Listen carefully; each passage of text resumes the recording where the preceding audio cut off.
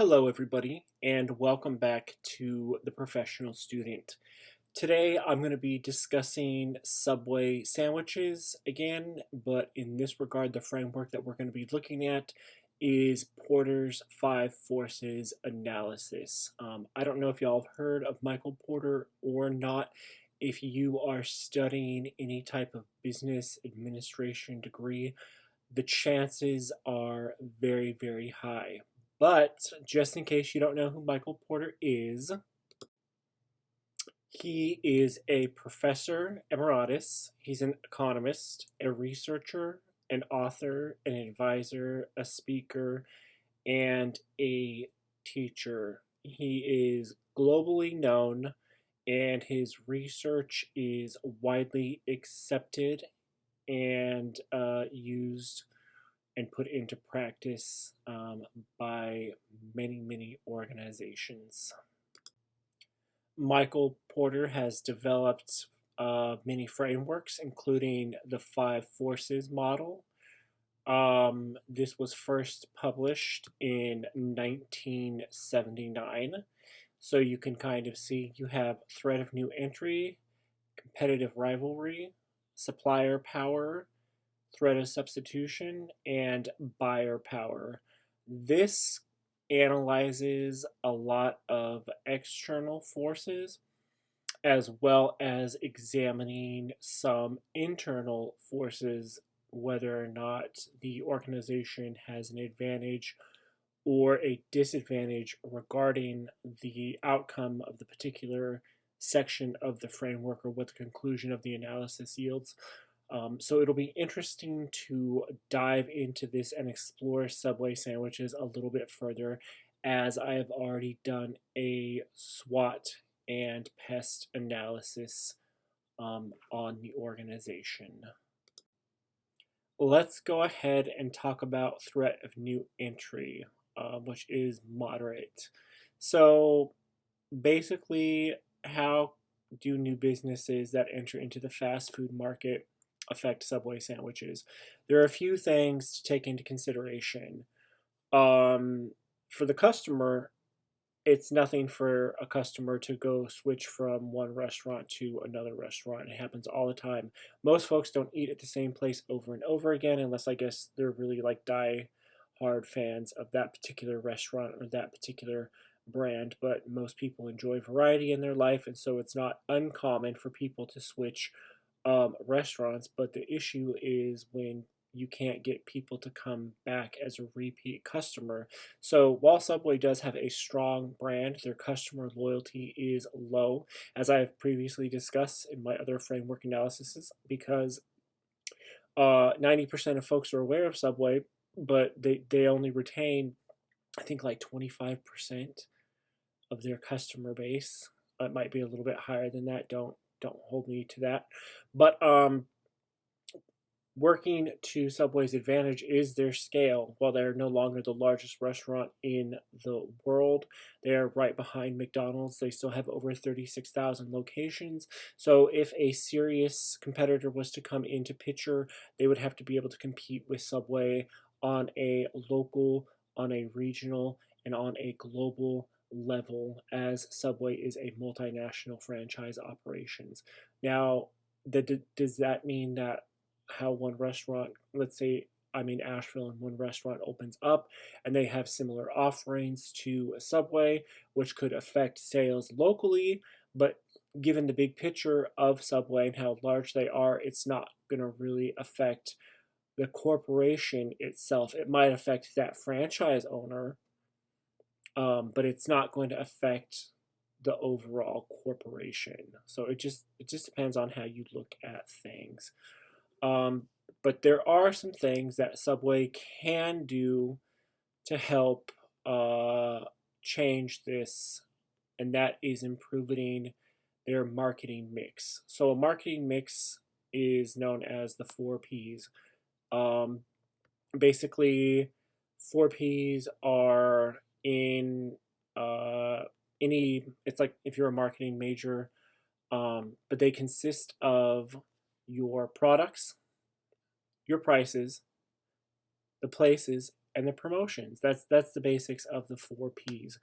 Um, if Subway improves their marketing strategy, they might be able to compete better with current existing uh competitors, with their existing competitors. And as I've previously discussed, McDonald's, Wendy's, Burger King, Domino's Pizza, and even Starbucks coffee shops are all major competition. And the market saturation of those restaurants is it's very, very high. So when it comes to Subway, they have a little bit of differentiation because they are a sandwich company, um, but they really need to focus on their differentiation more. So it's not, it's not just another fast food restaurant. When I think of Subway sandwiches, I don't necessarily think of Wendy's, as their offerings are different, even though they are main competitors with each other. And as I previously mentioned about their competitors, you can see them here. And the competitive rivalry is strong. It's strong because the food service industry is a saturated market. There, there's a large amount of firms in the industry, and a lot of these competitors are highly aggressive. You are constantly seeing their advertisements, you're seeing their commercials, you're hearing about them, or you're seeing them. You're seeing their physical locations. I'm from Seattle, Washington, the Seattle, Washington area, and Starbucks. At one point, I mean, there was this literally you could not go more than a couple of blocks without running into a Starbucks. So that is extremely saturated. Their brand loyalty, again, folks are not really loyal to uh, going to Subway sandwiches.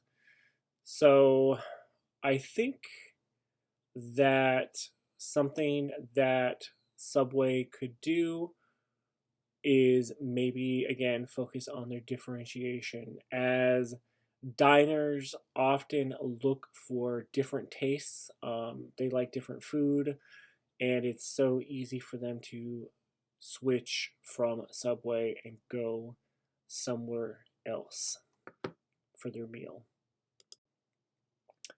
As I've mentioned, Subway is a huge establishment with over 36,000 locations, and so now we're going to go ahead and get into the power that suppliers have over the industry.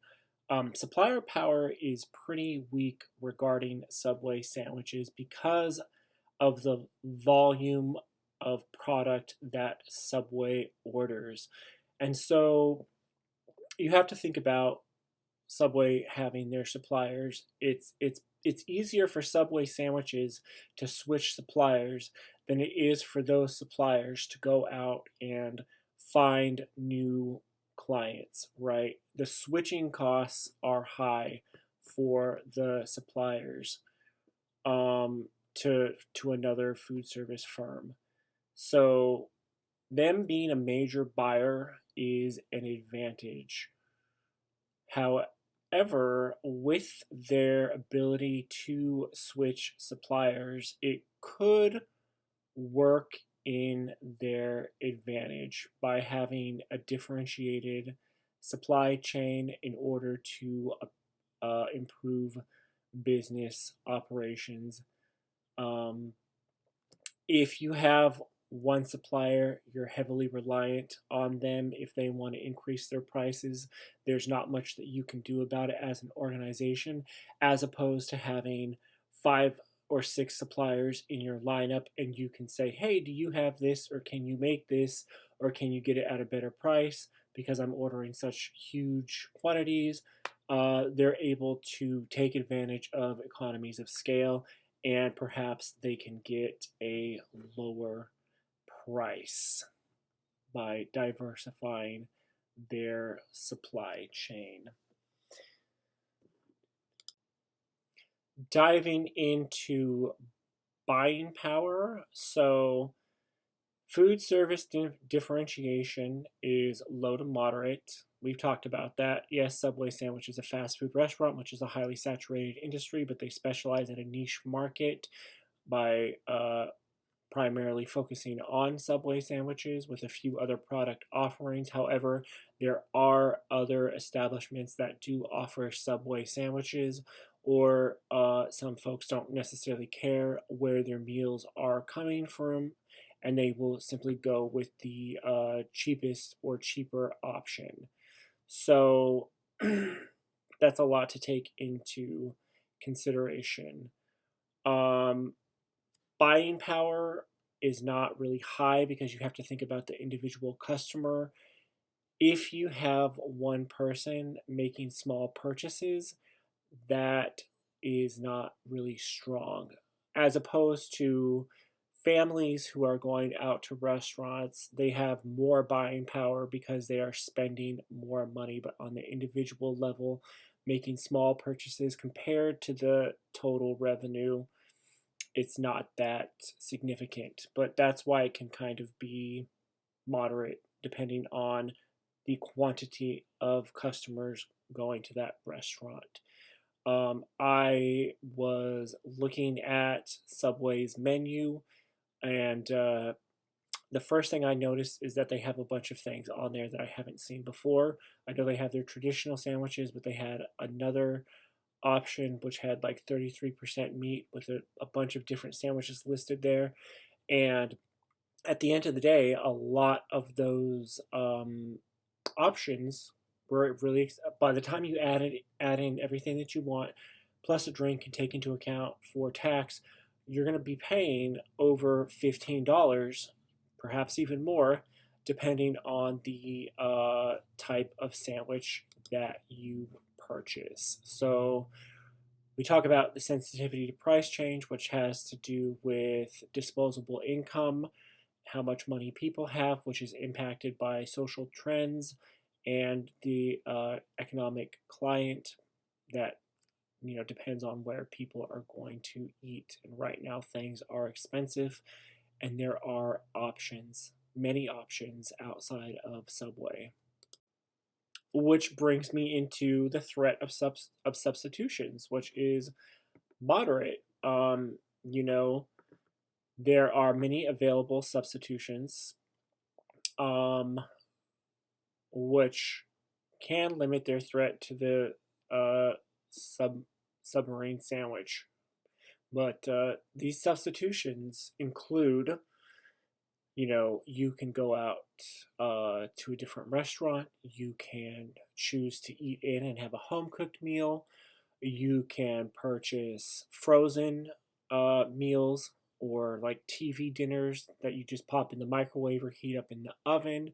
There are food delivery services where, like, HelloFresh, you can have your meals delivered to your doorstep.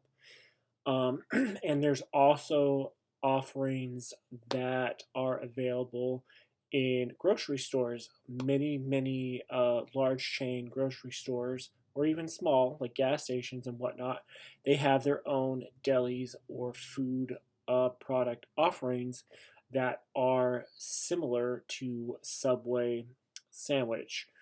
Um, Additionally, a Subway sandwich might take longer to make. So if I'm a customer on the go and I want something fast, I know typically a Chick-fil-A drive-through or a McDonald's drive-through is going to be faster than a Subway sandwich. Well, I think a Chick-fil-A drive-through is faster than you know, any restaurant drive-through. Honestly, they have that down pat. So I'm not necessarily going to go to Subway because I know that it's going to take a long time to make my sandwich. But they do kind of have healthier options. Not all of their sandwiches, as I said, they have larger sandwich product offerings. And when I was looking at the menu, those some of those were almost 1,000 calories for a meal, which at that point you might as well just go get a Big Mac or a Whopper or something like that. So, lots of things to take into consideration regarding the threats of substitution. Again, as I said, there are lots of things to take into consideration, but um, interestingly enough, so I did go on the Subway website to look at their menu. And as I said, depending on what you add to it, a foot-long sandwich with a meal is going to cost you over $15. I would say if you added bacon or avocado or some other add-ons, you could easily get into the $20 range for a foot-long sandwich. Whereas I looked at my local Publix website and I could also get a foot-long sandwich with chips and a drink for under $12. So it just really depends on what you want. And looking at that, I know Publix, not everyone has Publix, but most people do have grocery stores that have delis. It's very, very common. Or, you can go grab a pre-made sandwich at the gas station if it doesn't bother you, if that's something that you're looking for, or go to another restaurant like Jersey Mike's or another fast food restaurant. You have to think about, what am I getting for? What is the experience that I'm getting for $15 to $20? Because for that price, I can go into a sit down restaurant with a nice ambiance, nice lighting, maybe some background music, bigger selections, an alcoholic beverage menu, um, and I can have full service. I can have somebody come to my table, take my order. The food is made to order. They bring it out fresh, piping hot, even though, yes, Subways are made to order. It's just a different experience. It's a different ambiance as opposed to going into a Subway sandwich shop, standing in a food assembly line and having somebody make my sandwich in front of me, where I can then pick up my sandwich in a plastic bag, go fill up my fountain drink, and then sit down on a plastic bench with probably a dirty table that hasn't been cleaned. Or I can go into a nice restaurant with a table that has been bussed properly, and have full service. What are you willing to pay for? What do you want? If you're hardcore Subway, this might not be an issue for you if this is something that doesn't bother you. If it's a lunch meal, I certainly would not be expecting to go down into a full service restaurant. Most folks don't have that much time and they want something quicker, or a quicker option where you can order ahead online or through the Subway app.